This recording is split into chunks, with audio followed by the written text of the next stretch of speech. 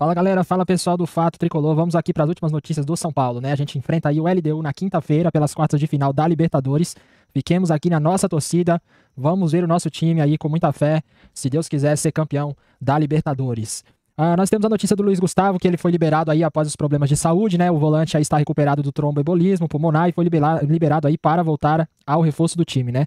E aí a preparação contra os jogos do LDU, São Paulo iniciou os treinos hoje visando o confronto de ida, né? Dessas quartas de finais. Ferreira treinou normalmente, mesmo tendo ficado de fora aí do duelo recente, né? O Enzo Dias e o Ferreirinha e o Wendel também tendem a viajar, caso estejam disponíveis.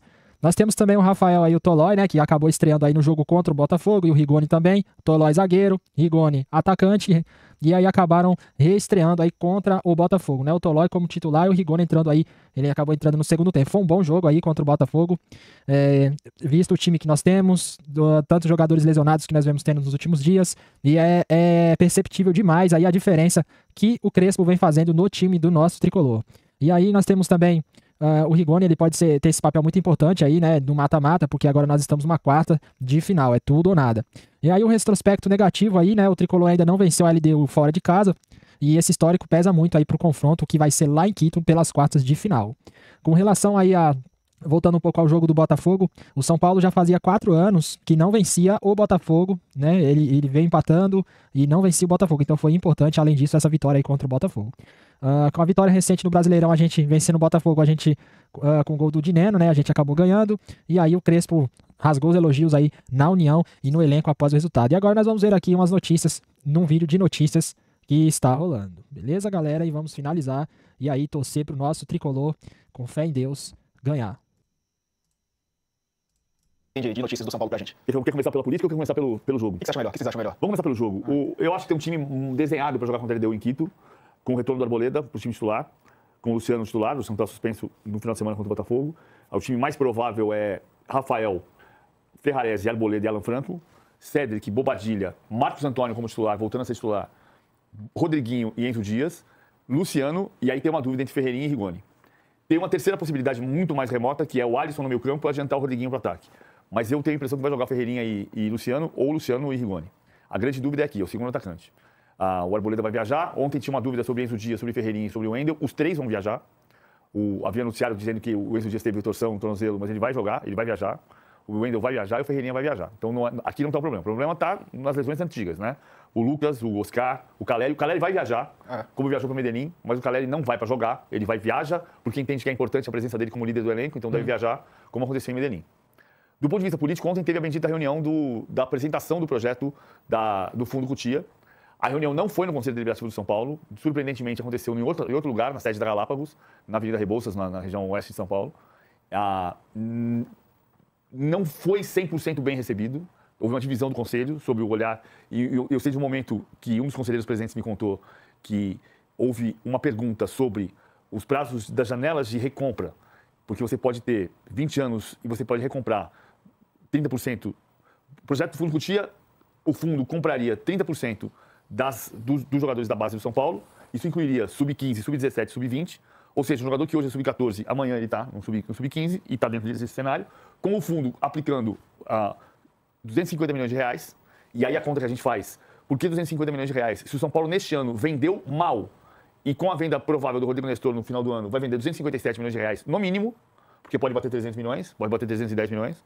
Por que então 250 milhões de reais por um fundo que vai durar até 20 anos e que fica com 30% dos ativos, colocando 150 milhões disso em compra para ter jogadores e 50 milhões para dívidas?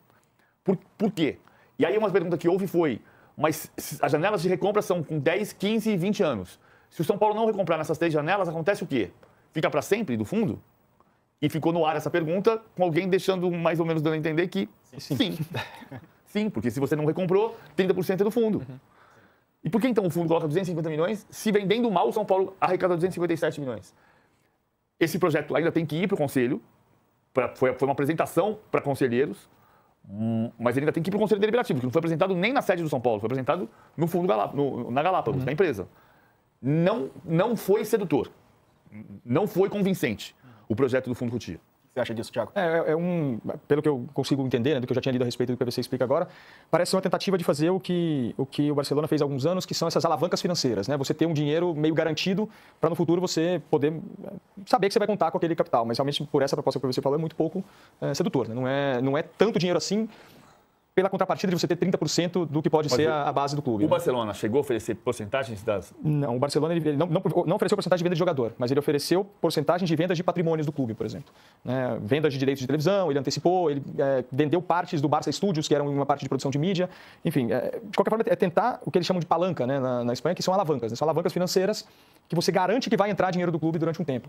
Mas pelo que você disse, da quantidade de dinheiro oferecida, da contrapartida, que é perder, entre aspas, ou deixar de ter 30% do valor das categorias de base, né, de futuras revendas, e pelo valor oferecido, realmente não parece ser sedutor. Né? Não é algo que você olhe e fale, dá para perder 30% das futuras vendas em troca disso, sendo que o clube, como você disse, vendendo mal, conseguiu quase o que ganharia no período. Né? Não, mais do que ganharia no período. Mais do que ganharia, exatamente. E não pareceu, pelas conversas de conselheiros, bem no plural, não pareceu convincente. Atrativo, né? Não pareceu atrativo. Mas tem que saber se isso vai para julgamento do Conselho de Geralmente esse tipo de dispositivo, o que ele quer é garantir uma renda, que o clube vai ter uma renda tal. Porque talvez daqui a 2 anos o São Paulo não venda ninguém. Mas é muito pouco provável que o São Paulo não venda ninguém também. Então tem que tentar equacionar valores e fazer uma média, talvez, do que o clube tem vendido, do que ele pretende vender, para saber se é benéfico ou não.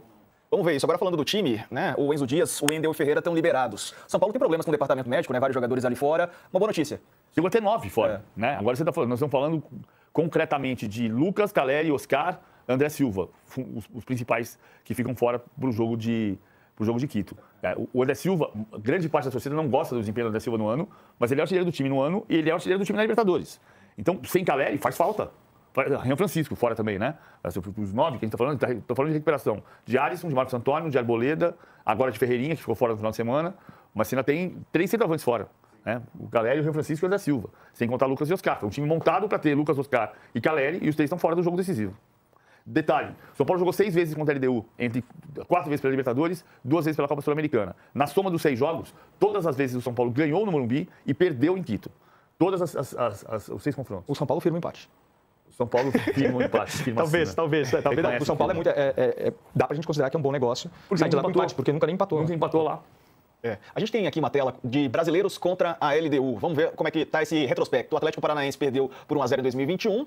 Ali o Atlético Goianiense, em 2022, empatou em 1-1. Botafogo 0-0 em 2023. O São Paulo perdeu por 2-1 também em 2023. Em 2024 foi a vez do Botafogo perder por 1-0. O Fluminense mesmo placar. 2025, 0-0 com o Flamengo nos grupos, né, da Libertadores. E 2-0 contra o Botafogo. Por que é tão difícil? É altitude? Não. A altitude é um pedaço disso. Também, né? Mas não só. Porque assim, quem ganhou a última vez a LDU em Quito foi o Grêmio em 2020. Quando é que você ganha da LDU em Quito? Quando a LDU não tem um bom time. Quando a LDU tem um bom time, é mais difícil ganhar em Quito. É mais difícil jogar em La Paz do que jogar em Quito. Mas tem sido mais difícil jogar em Quito contra a LDU do que em La Paz contra o Bolívia. Porque os times são melhores, basicamente. Tem aqui também a LDU em casa agora esse ano. Foram 18 jogos, 10 vitórias, 8 empates, 35 gols marcados e 13 sofridos. Que mostra também um pouco desse desempenho, né, Thiago? Exatamente. É um time que é muito forte em casa, porque tem uma boa equipe, mas também, como um fator extra de dificuldade, você tem altitude. Lá são 2.800 metros, 2.850 metros. Agora ficou a história de falar qual é a altitude do estádio, porque vai ter um morro. Tem uma escada para subir para o campo. Não, tudo bem. A altitude de Quito é 2.850. Aí alguém vai dizer que a seleção brasileira jogou agora numa altitude de 450, que é a altitude de El Alto. Aí alguém vai dizer que lá são 4.030 e não são 450. Mas enfim. Mas 450 é a altitude de El Alto. Era muito mais altitude, né? Eu lembro da entrevista do Fabrício Bruno no jogo da seleção brasileira, após a partida, dizendo que fisicamente ele não sentiu tanto, tem gente que sente, mas ele não sentiu tanto, mas o problema para ele era mais técnico, porque a bola chegava de uma forma diferente, enfim, é bem complicado. Né? E se você vai treinar lá também, você tem que chegar com uma semana de antecipação para se adaptar bem à questão da altitude. É sempre um fator a mais, mas não é o único. É isso aí. É isso. Agora um pouco a gente perguntou na nossa enquete, né? Quantos times brasileiros, o público aqui que está acompanhando a gente pelo YouTube e pôde votar, Então é isso aí, galera. Essas são as notícias de hoje. Como você pode ver aí, falou um pouco aí sobre Cotia, né? Que a reunião não foi tão agradável assim. Estão tentando vender a preço de banana 30% de Cotia. Além da questão da altitude aí de Quito, né? Que o São Paulo e os outros times têm costume de ganhar em casa, porém em Quito não. Mas com muita fé aí nós vamos conseguir, né? Aqui é São Paulo, vamos São Paulo. Então, valeu, galera. Um abraço.